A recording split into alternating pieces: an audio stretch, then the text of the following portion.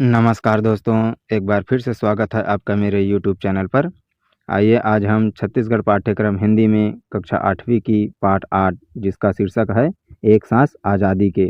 इसके कवि हैं डॉक्टर जीवन यदु जी। इसके संपूर्ण प्रश्नोत्तर का अध्ययन करेंगे। दोस्तों, यदि आपको वीडियो अच्छा लगे तो लाइक और शेयर ज़रूर करें। यदि आप मेरे यूट्यूब चैनल पर पहली बार आए हैं तो सब्सक्राइब करें और साथ ही बगल में दिए गए बेल आइकन को भी प्रेस कर दें। आइए अब वीडियो प्रारंभ करते हैं। प्रश्न पहला है, एक सांस आज़ादी के काकर बरोबर होते। ये कह रहा है कि आज़ादी का जो एक सांस है वह किसके बराबर होता है।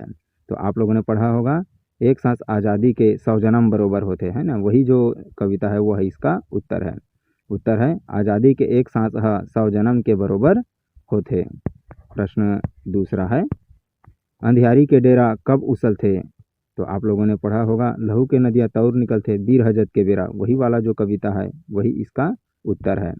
जतका बेरा बीर ह लहू के तरियाला तौर के निकलते और सूरज ह करिया वाला बादर के जो घेरा है ओला मेट के निकलते, तभे अंधियारी के डेरा ह उसल थे।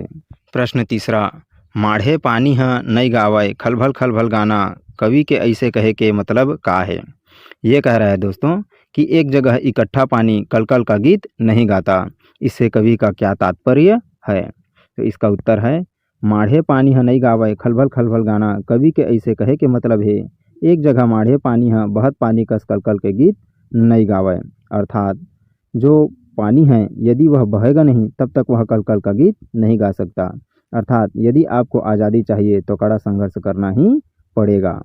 आइए अब हम प्रश्न चौथा देखते हैं। प्रश्न चौथा है, लहू के तरियाला तौर के कौन ह निकलते। तो आप लोगों ने प्रश्न दूसरा में ही पढ़ा होगा लहू के नदिया तौर निकलते बीर ह जत के बेरा, है ना, वही जो लाइन है वह इसका भी उत्तर है कि लहू के तरियाला तौर के बीर ह निकलते। प्रश्न पांचवा है, संसार में कौन मनखे के बदनामी होते। ये कह रहा है दोस्तों कि इस संसार में इस विश्व में किस प्रकार के मनुष्य का बदनामी होता है।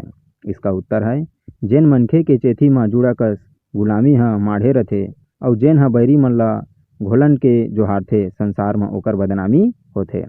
ये कह रहा है कि जो व्यक्ति अपने से बैरी को ही, अपने से दुश्मन को ही दंडवत प्रणाम करता है और जिसके कंधे पर गुलामी जुड़ा जैसे माढ़ा हुआ है, ऐसे व्यक्ति का संसार में बदनामी ही होता है। आइए प्रश्न छठवा देखते हैं। प्रश्न छठवा है, कवि ह आज़ादी ला जम्मो विकास के जड़ काबर कहे है।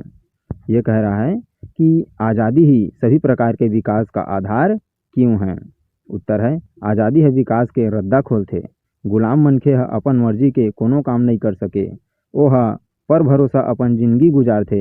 एकरे सेती कवि ह आज़ादी ला जम्मो विकास के जड़ कहे हैं। ये कह रहा है दोस्तों कि आज़ादी से ही विकास का रास्ता खुलता है, क्योंकि गुलाम व्यक्ति तो अपने मालिक के हिसाब से काम करता है। यदि वह अपने मालिक के हिसाब से काम नहीं करेगा तो उसे दंड भोगना पड़ता है। तो आप अपने से कुछ भी काम नहीं कर सकते। अर्थात कहा भी गया है कि पराधीन सपने हूँ सुख नहीं, अर्थात आपको सपने में भी सुख नहीं मिल सकता तो आप विकास कहाँ से करेंगे। इसलिए कवि ने कहा है कि आज़ादी ही सभी विकास का आधार होता है। प्रश्न सातवां, आज़ादी के लड़ाई में कतको झन ला फांसी होगिस, कतको झन ला जेल में बांध देगिस। खोज के लिखाओ कतका झन के नाव ला तुमन जान पायो, जेन मन ला अंग्रेज मन फांसी और जेल के सजा दीस। इसे तालिका बना के लिखाओ। दोस्तों, ये पुस्तक में 3 ही लाइन दिया है, इसलिए मैंने तीनों लिख दिया है आपके लिए।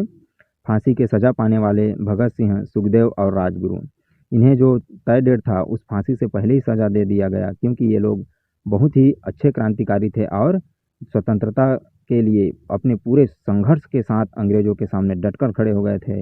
इस कारण अंग्रेज डर गए और इन्हें तय समय से पहले फांसी दे दी गई। और जेल की सज़ा पाने वाले हैं महात्मा गांधी, विपिन चंद्र पाल, लाला लाजपत राय जी।